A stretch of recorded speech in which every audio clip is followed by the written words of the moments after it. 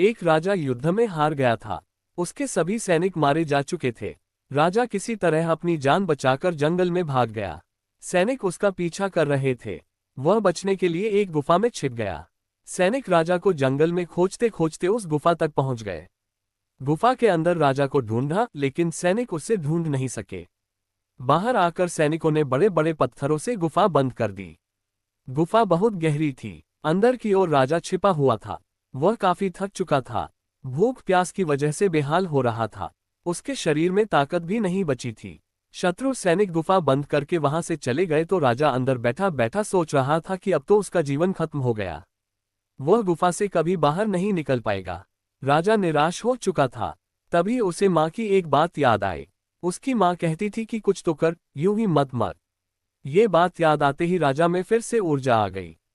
उसने सोचा कि कोशिश किए बिना हार नहीं मानना चाहिए। राजा गुफा के द्वार से पत्थरों को हटाने का काम शुरू कर दिया। कड़ी मेहनत के बाद राजा ने बड़े बड़े पत्थर खिसका दिए। किसी तरह राजा ने बाहर निकलने की थोड़ी सी जगह बना ली थी। राजा गुफा से बाहर निकला और अपने मित्र राजा के पास पहुंच गया।